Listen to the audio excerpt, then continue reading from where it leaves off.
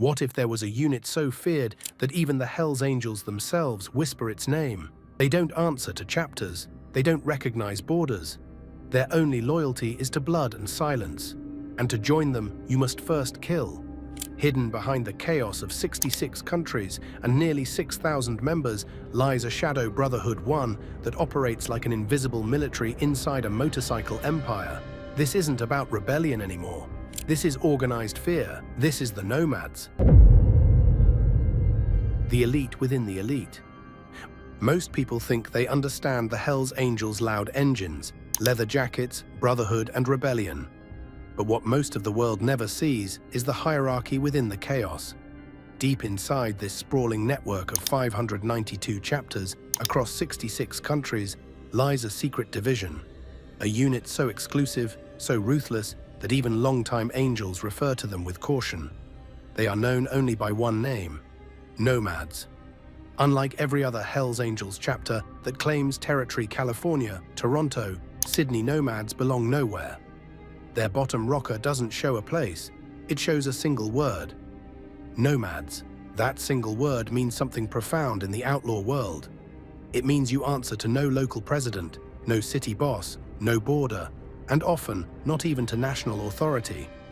You answer only to the highest power in the Angels' global command. In the traditional biker hierarchy, a full patch member's world is defined by boundaries, streets, cities, and regional politics. But the Nomads live outside that map. They are a roaming strike force, authorized to cross into any territory without permission. Where others see lines, they see open roads. If a problem arises that a local chapter can't handle or won't handle, it's the Nomads who are sent to resolve it. Quietly, permanently. Law enforcement agencies across the world have documented how the Nomads function like a Black Ops wing of the Angels. In Australia, they've been called the Club's Special Forces. In Canada, police labeled them the Commandos of Organized Crime. Dutch prosecutors, after years of infiltration attempts, concluded the Nomads exist to execute what other chapters can't officially endorse: murders, enforcement, and cross-border trafficking. Inside the organization, the Nomads are not simply respected, they are feared. Regular members might boast about loyalty, tattoos, or biker codes, but the Nomads' power is built on something far more tangible: their ability to kill without hesitation and to vanish without consequence. It's not uncommon for even senior Angels to step aside when a Nomad walks into the room. Their word outweighs titles, their patch heavier than rank. And then there's the recruitment. To join a local chapter, you ride, prospect, prove loyalty. To join the Nomads, you must prove something else: violence without hesitation. The process filters out the untested and the fearful. Every member must have history, not just of crime, but of control, the kind of cold composure it takes to pull a trigger and not flinch. Birth of the Quebec Nomads, the godfather of fear. Angels. The police finally have a secret weapon. A super spy inside the Hells Angels. June 24th, 1995. Montreal was already burning under the weight of the Quebec biker war bombings, shootings, and executions, turning city streets into front lines. But that day marked something far darker than turf warfare. It marked the creation of a weaponized chapter that would redefine outlaw power in Canada. Maurice "Mom" Boucher, the most feared figure to ever wear the Death Head patch, founded the Hells Angels Nomads Quebec chapter unit with no borders, no mercy, and one rule above all: kill or be forgotten. Boucher's vision wasn't about rebellion or identity, it was about consolidation. He realized that traditional biker hierarchies, tied to cities and territories, created limitations. Local chapters had presidents, politics, and ego battles. He wanted something different: a centralized strike unit that could act instantly, answer only to him, and move across Canada like a ghost army. The Nomads were born not as bikers, but as operatives. Every detail of the chapter's creation was calculated. Prospective members weren't chosen for loyalty, they were chosen for capability. Court documents from Operation Springtime, the massive 2001 police sweep, later revealed that to even be considered for Quebec's Nomads, one had to commit murder, not just be willing, not just discuss it. It had to be done, documented, proven. That requirement wasn't sadism, it was strategy. No undercover agent could ever fake it. By making homicide the entry price, Boucher created an impenetrable wall against law enforcement infiltration. In effect, he built the first biker chapter in history where the only qualification was blood. Within a year, the results were staggering. The Nomads became the central command of the Hells Angels operations in Canada, outranking every regional chapter.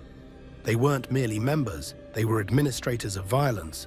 Their duties included settling disputes, managing cocaine pipelines, and enforcing club taxation, the drug tax every dealer in Quebec had to pay to operate under Angels' control.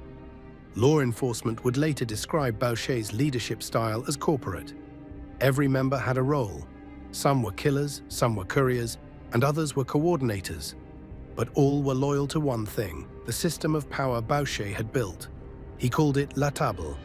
It was a council of killers that set the price of drugs, approved murders, and coordinated logistics with the Italian mafia. Cocaine would move in from South America through Montreal's ports, distributed through biker channels, and taxed at $50,000 a kilogram. Anyone caught selling below that price simply disappeared. What separated the Quebec Nomads from every other criminal outfit was their ability to merge business and murder. They weren't chaos, they were calculation. Every hit was a boardroom decision, everybody a message. Their influence stretched from small-town dealers to international cartels. Their power reinforced by a reputation for efficiency that even the mafia acknowledged.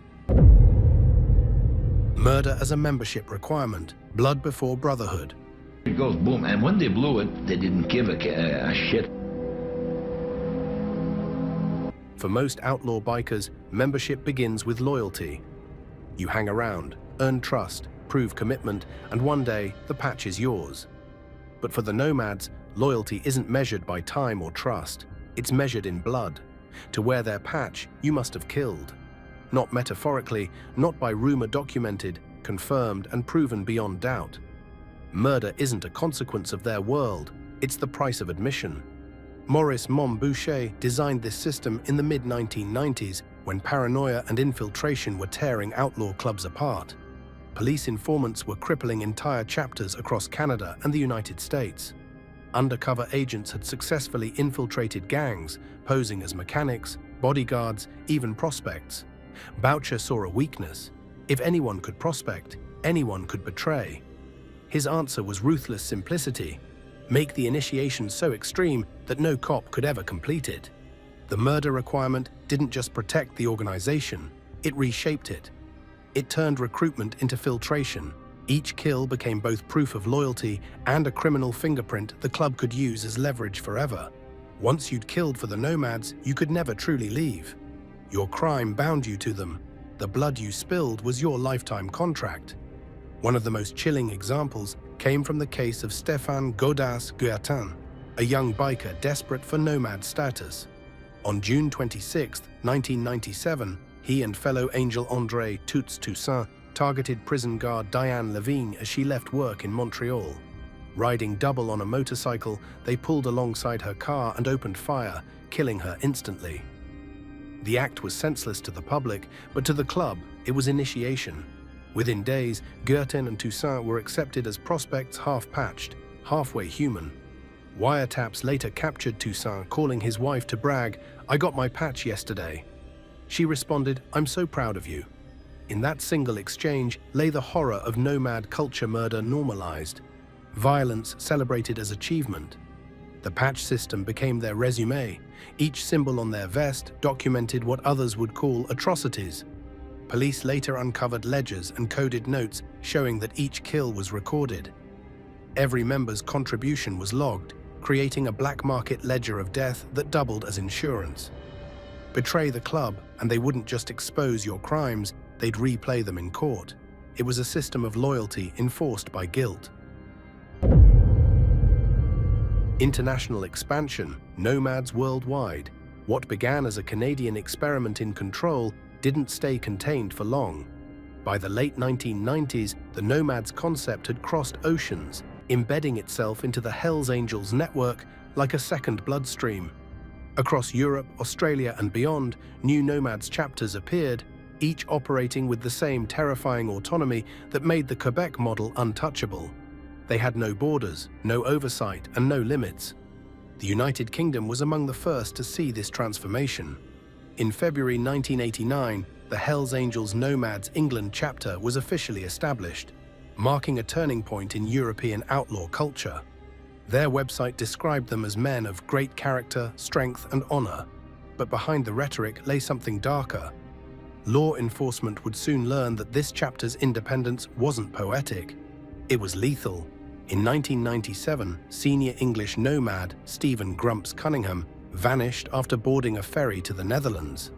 Dutch investigators later discovered that he had been executed and dumped in a canal, allegedly by members of the Amsterdam Hells Angels, under contract from Cunningham's own chapter.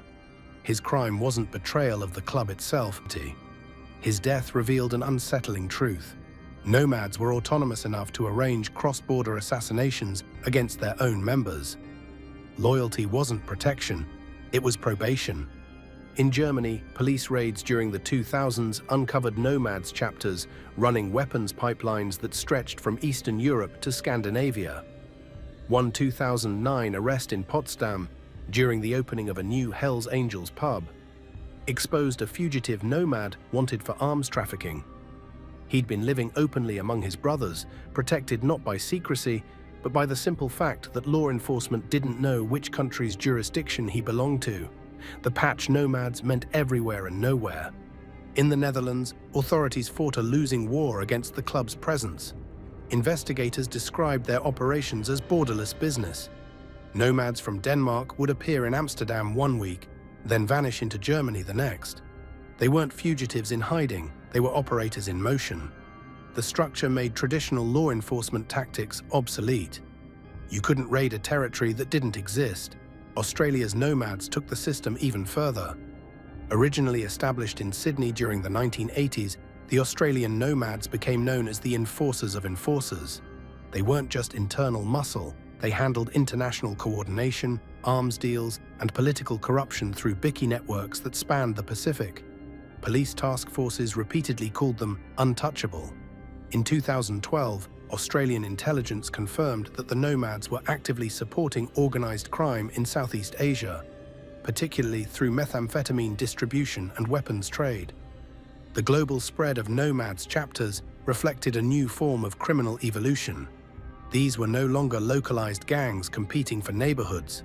They were mobile syndicates, capable of crossing borders faster than any extradition treaty could track them. Their mobility meant resilience. When one country cracked down, another chapter absorbed operations seamlessly. Each Nomads chapter operated like a franchise of fear, independent, profitable, and expendable. They shared intelligence across encrypted channels, coordinated enforcement hits, and managed logistics for everything from narcotics to human trafficking. And while each country's laws differed, their loyalty didn't. The patch was the passport. Drug empires and murder Inc., the business of terror. Like that, they warned him, he didn't accept the warnings. In the end, they had him killed. By the late 1990s, the Quebec Nomads had evolved beyond violence. They had become a corporation of death. The engines, the patches, the bravado were only surface details. Beneath it all, they were running one of the most sophisticated criminal economies in Canadian history. Every kilogram of cocaine, every ounce of methamphetamine, every deal struck in back alleys or luxury condos passed through their invisible system of taxation. Violence wasn't chaos anymore, it was policy. At the top sat La Table Council of Nomads, led by Maurice Mom Boucher, functioning like an underworld board of directors. Their first decree: all cocaine sold in Quebec would cost $50,000 per kilogram. No exceptions. The rule wasn't a guideline, it was law. Dealers caught underselling didn't get fined, they vanished. Law enforcement later discovered ledgers in Nomad safehouses listing dozens of names crossed out in red ink. Every one of them had sold below the price. Every one of them had been erased. This structured brutality turned the drug trade into a machine that generated millions monthly. Through strategic alliances with the Sicilian mafia, Particularly the Rizzuto family, the Nomads controlled both supply and distribution.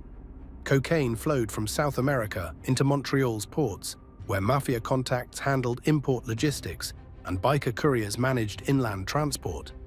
Nomads provided the muscle, mafia the connections, and together they created a monopoly powerful enough to dictate street prices across the entire province.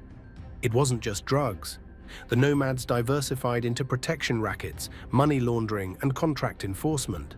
Businesses paid for security they didn't need because the alternative was destruction.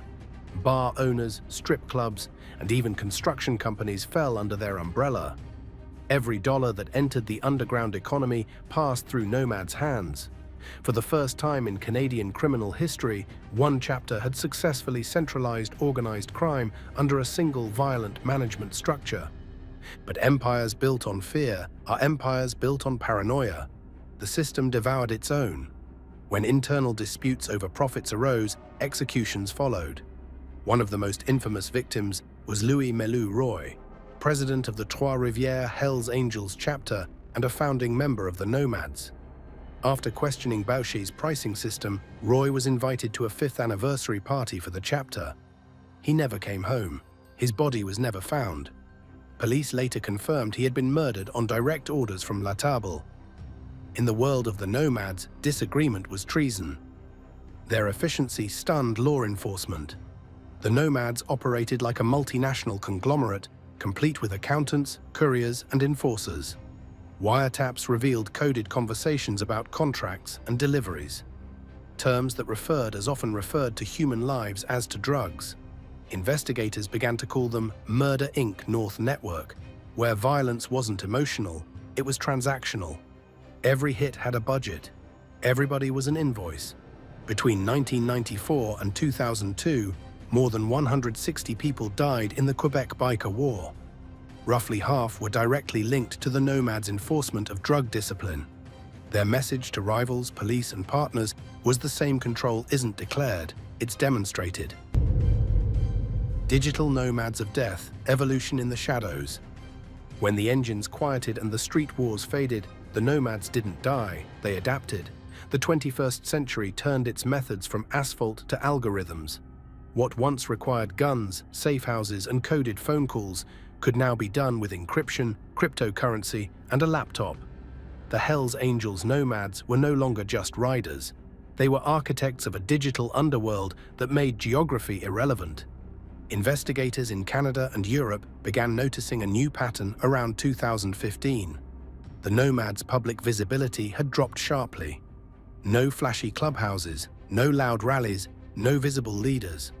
Yet their financial trails multiplied. Bitcoin wallets tied to known Nomad associates moved hundreds of thousands of dollars across exchanges in Hong Kong, Dubai, and Cyprus. Police traced them to online dark market vendors selling weapons, synthetic opioids, and forged passports. The Nomads had turned the internet into their new highway. Encrypted communication became their strongest armor. Apps like Threema, Wicker, and specially modified BlackBerry devices allowed entire chapters to communicate globally without interception. The same organizational logic that once controlled drug routes across Quebec was now being used to manage crypto wallets, smuggling routes, and contract payments in real time. Intelligence analysts described them as a decentralized digital cartel. The psychological warfare changed too. Fear was no longer spread through gunfire, it spread through silence. Rumors circulated that certain online posts criticizing the Angels were traced, and the posters disappeared. Whether true or not, the threat kept everyone quiet. Power through uncertainty had always been the Nomads' greatest weapon. Even recruitment has evolved. The old murder requirement remained in spirit, but now it included digital qualifications. Candidates had to demonstrate not only criminal capability, but technical skill, encryption knowledge, access to darknet markets, or connections to cyber laundering networks. Background checks were no longer word of mouth. They were algorithmic, using secure channels and layered identities to verify trust. Law enforcement called it criminal blockchain vetting, a system almost impossible to infiltrate. Behind the myth, the real Nomads refined their control. Digital banking gave them reach far beyond narcotics. They invested in shell companies, construction firms, and import businesses, filtering illicit profits into legitimate economies. Cryptocurrency anonymized it all, erasing the trail faster than police could trace it. What had started as biker extortion had evolved into a global portfolio. To law enforcement, it felt like chasing ghosts. Every time an operation targeted a suspected leader, the network shifted. New aliases appeared, messages self-deleted. Servers vanished overnight. The Nomads had mastered the principle that kept them alive for decades, never exist long enough to be understood. By 2020, they were something unrecognizable. Not a gang, not a club, but a living system of organized anonymity. The roads they once ruled had become digital. The leather vests were replaced by encryption keys. And while their engines no longer echoed through the night, their presence still haunted the dark corners of the web, where loyalty is coded in binary and blood. Global crackdowns and law enforcement response, nations against ghosts. By the early 2000s, governments across the world finally began to understand what they were up against. The Hells Angels Nomads weren't just a biker gang. They were a decentralized organism, a network of criminals that ignored borders, treaties, and traditional enforcement structures. Every attempt to dismantle them revealed the same truth. You can't destroy what doesn't officially exist. The first major coordinated strike came in 2001 with Operation Springtime. It was the largest criminal sweep in Canadian history, a multi-agency offensive that targeted the Hells Angels and their support clubs across Quebec. When the smoke cleared, 142 bikers were in custody, almost the entire Quebec Nomads chapter among them. Authorities celebrated it as a victory, believing they had decapitated the most violent wing of the Angels. But within months, something unnerving happened. Other chapters simply absorbed their operations.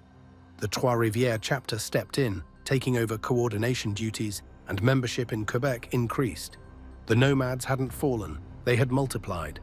Law enforcement began to realize they were chasing an idea rather than an organization. In Europe, the Netherlands took the most radical step.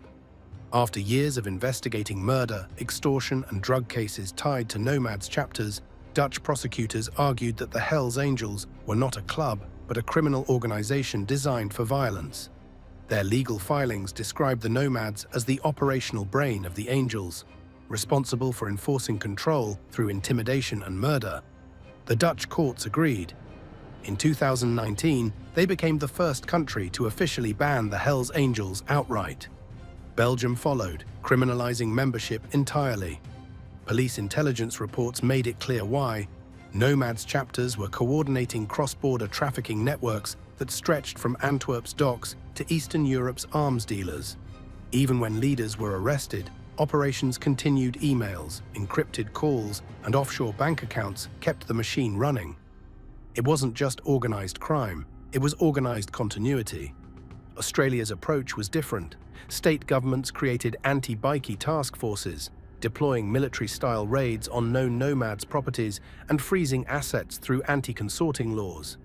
Yet each crackdown revealed the same problem. For every clubhouse closed, another opened under a new front. For every seized motorcycle, another appeared under a different name. The Nomads' decentralized design made them self-healing. Technology became their greatest weapon. Police wiretaps often picked up only coded fragments, phrases like "move the table," "change the color," or "ride clean." Each phrase could mean money, drugs, or murder. Without physical jurisdiction, enforcement became symbolic. Governments could raid a house, but not a hierarchy. By the 2010s, Interpol stepped in, forming Project Sabre, an international intelligence-sharing task force dedicated to mapping the Hells Angels' global structure. The data shocked even veteran investigators. Nomads chapters weren't confined to one nation. They were actively cooperating across at least 17 countries, exchanging intelligence and financial resources like a multinational company. Their communications were encrypted, their meetings arranged in neutral zones like Dubai or the Canary Islands, and their funds routed through crypto laundering platforms. The Netherlands National Police described the challenge in a single phrase: "They don't live anywhere, so you can't evict them." The terror within, why Angels fear the Nomads. Walter Stadnick might not have looked much, but the Canadian took the Hells Angels from mafia errand boys to world's toughest group after founding the Nomads. Inside the sprawling network of the Hells Angels, power is everything earned through rank, reputation, and brutality. But even among the most hardened members, one chapter evokes silence. The Nomads. They are the Angels' secret mirror, an elite force that enforces discipline through fear.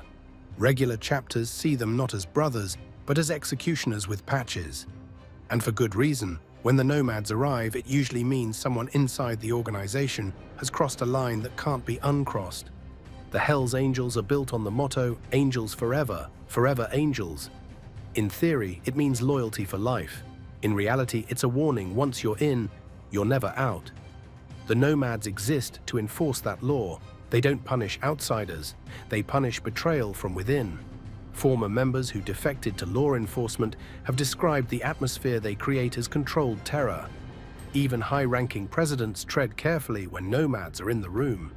The murder of Louis Melu Roy, a founding Nomad and president of the Trois-Rivières chapter, is the most chilling example of this internal brutality. Roy had objected to the Nomads' strict cocaine pricing system, believing it was bad for business. On June 25, 2000, he attended what was supposed to be a celebration, the 5th anniversary of the Nomads' founding. He never left alive. His body was never found. Investigators later confirmed he was executed on orders from La Table Same leadership council he helped create. In the Nomads world, questioning authority isn't dissent, it's suicide. But the threat doesn't stop with disobedience. In 1997, across the Atlantic, English nomad Stephen Grumps Cunningham was murdered after a dispute with his own chapter. The contract wasn't handled internally. It was outsourced to the Amsterdam Hells Angels. Cunningham's death proved that Nomads' reach extended beyond geography, and that loyalty wasn't shield, it was surveillance. The system devours its own to sustain itself. To outsiders, the Hells Angels are a brotherhood. To insiders, the Nomads are a reminder of what that brotherhood costs. Members describe them as men without fear, but what that really means is they've already crossed every moral boundary. Their violence isn't a reaction, it's procedure. The Nomads maintain control not just through force, but through psychology. They study members' weaknesses, debts, and family connections. When disobedience surfaces, punishment is tailored to send a message. Sometimes it's a beating, sometimes it's disappearance, but always it's final. The fear they command is deliberate. Law enforcement wiretaps from the early 2000s captured regular Angels warning each other never to cross Nomads' business. You don't touch their money, you don't question their calls, one member said. They don't argue, they replace you. Even the Hells Angels International Board respects their power.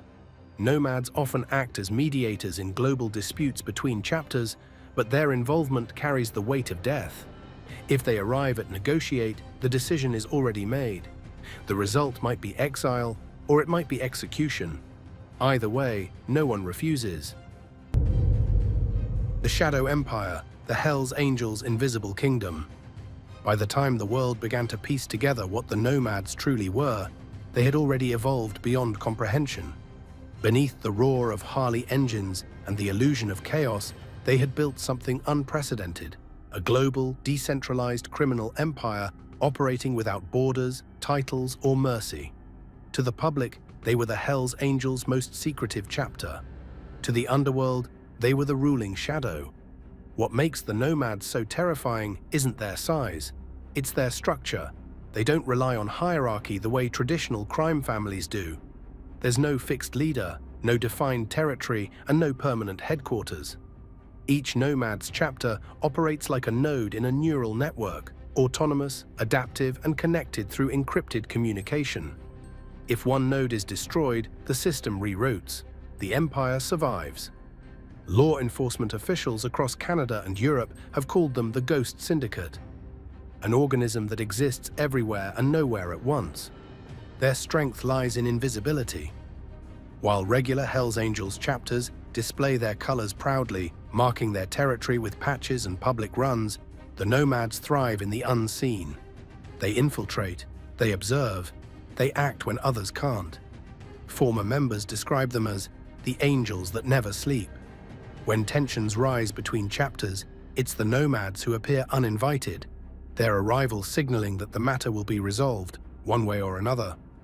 Unlike the mafia, whose leadership hierarchy is a matter of historical record, the nomads' command structure is deliberately fluid. Decisions are made by consensus between senior enforcers, many of whom operate under multiple identities. Their communications move through encrypted servers and secure intermediaries. No member knows all others. No operation is fully visible to anyone but the core. This compartmentalization ensures that betrayal is impossible without self-destruction. The result is terrifying efficiency. In the 2000s, as police dismantled one Nomads network in Quebec, new ones quietly emerged in Europe, in Germany, Denmark, and the Netherlands. Each carried the same operational DNA: small, violent, financially intelligent, and utterly loyal. They didn't compete with local chapters, they overruled them. Their role was no longer about territory or pride. It was about maintaining the balance of power within the world's largest outlaw brotherhood. Even the global expansion of the Hells Angels, now spanning over 66 countries, owes its stability to the Nomads' unseen hand. Whenever regional wars erupted between biker gangs, from Scandinavia to the Balkans, Nomad mediators appeared, enforcing peace through calculated fear. Behind the scenes, they became the Angels' international police. Assassins and diplomats rolled into one. Their financial operations are just as intricate. Shell companies in Eastern Europe launder drug profits through logistics firms and construction contracts. Offshore accounts in the Caribbean conceal the earnings of smuggling networks that link South America to Europe and Australia. The Nomads aren't chasing chaos, they're managing it, turning global disorder into structured, repeatable income. What's most chilling, though, is their adaptability. Every time law enforcement declares victory, the Nomads change tactics, swapping motorcycles for cargo trucks, paper trails for digital wallets. They have evolved from riders to strategists, from visible outlaws to invisible architects of crime. Blood currency, how violence became the Angels' economy. In most criminal enterprises, money is the measure of success. For the Nomads, it's blood. Every dollar earned, every patch awarded, every alliance formed is paid for in violence. It's not chaos, it's currency. And within the Hells Angels' invisible hierarchy, the Nomads are the mint. They decide who lives, who dies, and who gets to keep earning under their shadow. Violence for them isn't random, it's structured. The Nomads treat murder the way corporations treat mergers and acquisitions, as strategic moves to maintain market dominance. When a dealer sells cocaine below Nomad's set price, his death isn't revenge, it's economic enforcement. When a rival gang moves into their city, the ensuing bloodshed isn't turf war, it's cost control. Every act of brutality stabilizes profit and deters competition.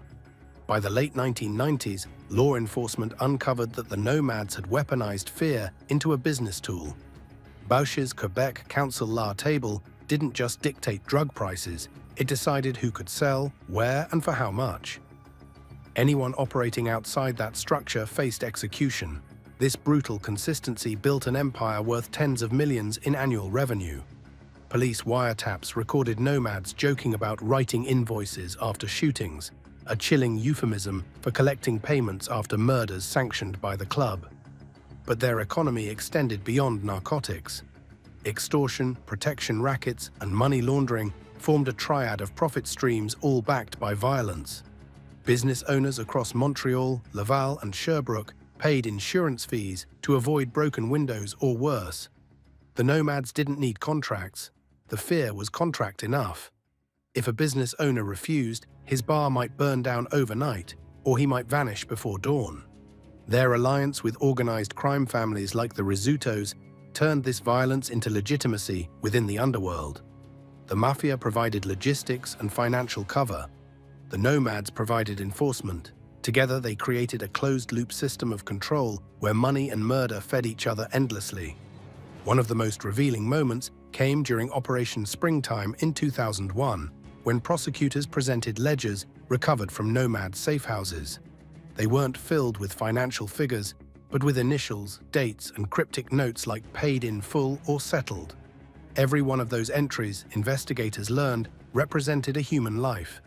The Nomads didn't just account for cash, they accounted for corpses. Their economy was self-regulating. Members who killed on behalf of the club earned prestige patches like Filthy Few or Dequile, symbolic currency exchanged for loyalty and protection. The more violence one commits, the higher his rank, the greater his access to profits. In this world, morality wasn't just absent, it was inverted. Killing wasn't the cost of business, it was the business. Even when the Nomads expanded internationally, the blood economy remained intact. In Europe, contracts became more professionalized, outsourced to trusted affiliates in other chapters, or even rival gangs. A hit in Germany could be ordered from Canada and executed in hours. The digital age only streamlined the process of payments in cryptocurrency, communication through encrypted channels, and instructions disguised as innocent messages. The murder requirement, no infiltration allowed. He seemed to love it. Quebec's biker war raged for 8 years. More than 160 people were killed. Infiltrating the Hells Angels was never easy, but infiltrating the Nomads was impossible. Their existence was designed around a single cold-blooded principle. No one can join unless their hands are already stained with blood. It wasn't a myth or initiation legend, it was policy crafted with precision by Maurice "Mom" Boucher during the Quebec biker wars. The rule guaranteed one thing: every nomad had already committed a crime that made undercover policing suicidal. For law enforcement, it was an unsolvable paradox.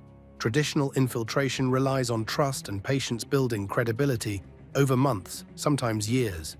But how could any police officer, no matter how deep their cover, pass a test that required them to kill? Boucher had understood this perfectly. He didn't just create a club, he engineered a fortress. The murder requirement emerged in 1995 when Boucher officially formed the Nomads chapter in Quebec. It wasn't hidden. It was whispered through the underworld, a message meant to deter outsiders and weed out the unworthy.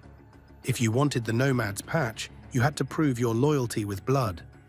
Candidates often performed killings under supervision, ensuring the act was witnessed and verified. Once complete, their names were entered into what investigators would later describe as a ledger of death.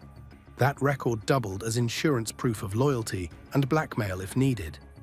The logic was flawless. Murder is irreversible. It binds the killer to the organization forever because exposure means prison or execution. Every nomad, by design, was trapped inside his own crime. Loyalty wasn't just emotional, it was structural. This recruitment model also served another purpose. It created an instant hierarchy. Those willing to kill without hesitation earned power immediately. Those who hesitated never advanced. The result was a chapter made entirely of men who had already crossed the point of no return. They were unemotional, efficient, and utterly immune to guilt. The system's effectiveness was revealed during Operation Printemps 2001, Canada's largest anti-biker operation. Prosecutors discovered that every nomad arrested had direct involvement in at least one homicide. Police analysts called it the first organization with murder as a membership policy. It explained why no law enforcement agent, no matter how skilled, ever got inside. But Boucher's innovation didn't stay contained in Quebec. Intelligence reports later revealed that nomad chapters in Germany, Denmark, and the Netherlands adopted their own versions of the requirement, sometimes substituting murder for other acts of extreme violence, like attacking police officers or rival club leaders. The logic was the same: make entry impossible for anyone who hadn't already destroyed their legal life. Even communication between nomads followed this philosophy. Messages were coded, compartmentalized, and sometimes self-incriminating by design. If a message was intercepted, it would link only to people already beyond redemption. There was nothing to expose that the club didn't already know. To outside observers, the system looked monstrous. To the nomads, it was purity. Every member had proved beyond doubt that loyalty outweighed morality. Every handshake came from a man who had killed and could kill again. This requirement didn't just keep the police out, it kept fear in. The Nomads weren't criminals who might kill, they were killers who happened to be criminals. Over time, that distinction became the essence of their legend. It's why their name carries such weight in the underworld, why even allied gangs hesitate to cross them. The Nomads' greatest weapon was never their firepower, their bikes, or their numbers. It was this simple, devastating truth that one joins by pretending to be dangerous. You join by proving you already are. International expansion, Nomads without borders. What began as a Canadian experiment in controlled violence quickly spread across oceans. The Nomads weren't just a chapter anymore, they became a franchise of fear. A global network of Hell's Angels operatives untethered from geography or governance. From Montreal to Manchester, Berlin to Sydney, the Nomads brand evolved into the elite backbone of international biker power. Wherever they appeared, violence followed and order soon after. The first European Nomads chapter was founded in England in 1989, a strategic move during a volatile period in the UK's criminal underworld. While other Angels chapters clashed with rival biker gangs and police, the English Nomads kept a low profile, but beneath that quiet surface, they were enforcing internal discipline with brutal precision. In 1997, senior Nomads member Stephen "Grumps" Cunningham vanished after boarding a ferry bound for the Netherlands. Dutch police later learned he'd been murdered allegedly by Amsterdam Angels. Under contract from Cunningham's own chapter, his death marked a precedent. The Nomads could reach across borders, even against their own. By the early 2000s, the model had replicated across Europe. Germany's Berlin Nomads became infamous for their ongoing territorial wars with the Bandidos and Gremium MCs. Battles fought with grenades and automatic weapons in public streets. In Denmark, the Copenhagen Nomads were instrumental in consolidating the Hells Angels' dominance during the Nordic biker wars, orchestrating hits on rivals and maintaining weapons caches that rivaled small militias. Each chapter operated independently, but followed the same unwritten constitution answer to no one: show no weakness, and enforce the club's global interests with extreme violence. Law enforcement agencies began noticing how these Nomad units functioned like military detachments, not motorcycle clubs. They weren't social riders, they were operational cells. Intelligence sharing, logistics, and recruitment were all handled with the discipline of a covert agency. Each chapter contained men already wanted in other countries, protected by the Nomads' unofficial passport, fear. Their reputation alone ensured safe passage through ports and borders, where ordinary criminals would never survive scrutiny. In Australia, the arrival of the Nomads around 2007 changed the entire biker landscape. The Sydney Nomads broke away from the traditional Hells Angels structure, forming their own hybrid empire that combined outlaw biker culture with local organized crime. They moved quickly into drug trafficking, weapons smuggling, and high-end extortion rackets. Police reports later confirmed that their operations extended across New South Wales, Queensland, and even into Southeast Asia, creating one of the most profitable chapters outside North America. What made the Nomads' global expansion unstoppable was adaptability. Each region's chapter tailored itself to its environment. In Europe, they exploited legal loopholes around association laws. In Australia, they infiltrated local street gangs to establish control from the bottom up. In Canada, they retained their status as the enforcers of the old guard, guarding alliances with mafia families and cartel liaisons. Every chapter shared a single ethos: mobility equals survival. The network they built had no borders, no presidents, and no weak points. Nomads in different continents could coordinate without ever meeting, using encrypted digital channels and coded language that baffled even experienced investigators. Some messages appeared to be ordinary biker talk discussions about rides, colors, or oil changes, but each carried operational meaning. To law enforcement, dismantling them became a global nightmare. Arrests in one country triggered retaliations in another. Informants disappeared. Witnesses recanted. The Nomads had become something that transcended both national and criminal boundaries. An ecosystem of loyal killers, each bound not by location, but by ideology. Their motto remained the same across languages: no territory, no borders, no mercy. The Hells Angels had always been a symbol of rebellion. But the Nomads turned rebellion into structure, structure into business, and business into an empire that spanned continents. They weren't just the Angels' most elite chapter. They were their global nervous system, pulsing through the veins of organized crime, unseen but everywhere.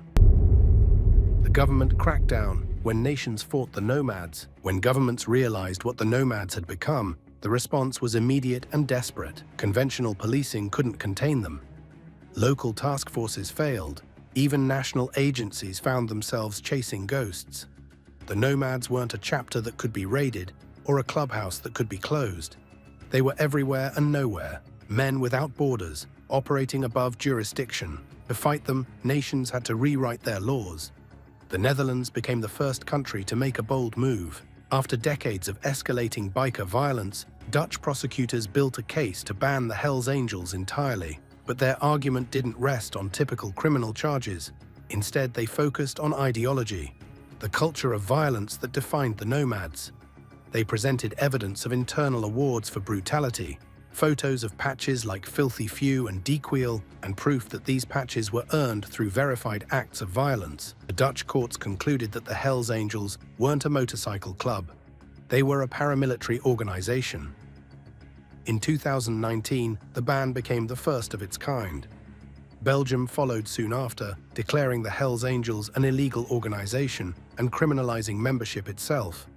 Investigators there had uncovered cross-border coordination between Nomads chapters in Antwerp, Liège, and the Netherlands, involving drug trafficking, weapons smuggling, and contract killings. The evidence showed something law enforcement had long suspected. The Nomads weren't just rogue bikers. They were the command layer of a transnational criminal network. In Germany, the crackdown turned violent. Police raids on Nomads' safe houses revealed military-grade weapons, AK-47s, grenades, and encrypted satellite phones. Yet every raid seemed to provoke new violence. Bombings targeted rival gangs, but also police vehicles and prosecutors' homes. Each act carried a signature precision, timing, and an unmistakable message. We're still here. Canada, the birthplace of the Nomads' modern model, faced its own reckoning during Operation Springtime 2001. It was one of the largest police actions in Canadian history. 1,200 officers, 142 arrests, and the seizure of millions in cash, guns, and drugs. The operation effectively decapitated the Quebec Nomads. Maurice Mom Boucher and nearly all senior leaders were arrested. For a moment, the government believed they had ended the nightmare, but what followed stunned even veteran investigators. Within a year, new Nomads chapters emerged in Trois-Rivières, Montreal, and Halifax. Membership didn't shrink, it increased. The message was clear: dismantle one and another rises. The Nomad structure made them immune to decapitation. There was no central leadership, no single point of failure. Every chapter was autonomous, yet synchronized a criminal version of the internet. To combat this, law enforcement developed new strategies. International task forces began to form joint operations between the FBI, Interpol, and Europol. These units targeted financial assets instead of members, aiming to choke off the lifeblood of the Nomads' empire. Millions were seized in cryptocurrency wallets and offshore accounts. Still, it wasn't enough. For every account frozen, another appeared in a different name, in a different country. Some governments went further. Denmark introduced anti-clubhouse laws, allowing police to confiscate any property used for organized crime meetings. Australia implemented the Criminal Organisation Control Act, giving authorities the power to ban gatherings of suspected nomads and outlaw, even wearing their insignia in public. But even with global coordination, the results were mixed. The Nomads adapted faster than any law enforcement model. When physical clubhouses became targets, they went digital. When members were tracked by location, they shifted to encrypted apps and ghost phones. Every government strategy exposed the same truth. Nomads weren't a gang, they were an idea. And you can't arrest an idea. What the world learned from the Nomads is chilling. The most dangerous criminal organizations don't need borders, presidents, or official structures. They only need loyalty forged in violence, communication built on fear, and members willing to die before they talk. The government could ban their patches, raid their homes, and freeze their accounts. But as long as men somewhere were willing to prove their loyalty with blood, the Nomads would live on quiet, patient, and waiting for the next war. The terror within, why even the Hells Angels fear the Nomads. Among the Hells Angels, there's a rule that defines their entire brotherhood. Angels forever, forever angels. It's a declaration of eternal loyalty, an unbreakable code that binds members for life. But within the Nomads, that phrase takes on a darker, deadlier meaning. Because in their world, forever often ends with a bullet. Ordinary angels live by the protection of their chapter. They drink together, fight together, and count on each other for survival. The Nomads live in a different reality. Their chapter is not a family, it's a machine. Each member is a moving part, valuable only as long as he performs. Once that value fades, he becomes expendable. And when a Nomad is no longer useful, his brothers are the ones who make him disappear.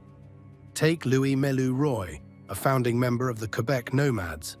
By all accounts, Roy was as loyal as they came, ruthless, efficient, and respected.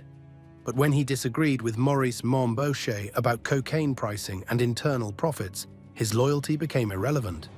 Roy vanished after attending a Nomad's anniversary party in June 2000. His body was never found. Investigators later concluded that Roy had been executed by his own brothers. His death ordered by the same men who toasted him hours before. This kind of betrayal wasn't rare, it was doctrine. In the Nomad structure, internal discipline is absolute. Members who question authority, leak information, or even hesitate on assignments are removed permanently.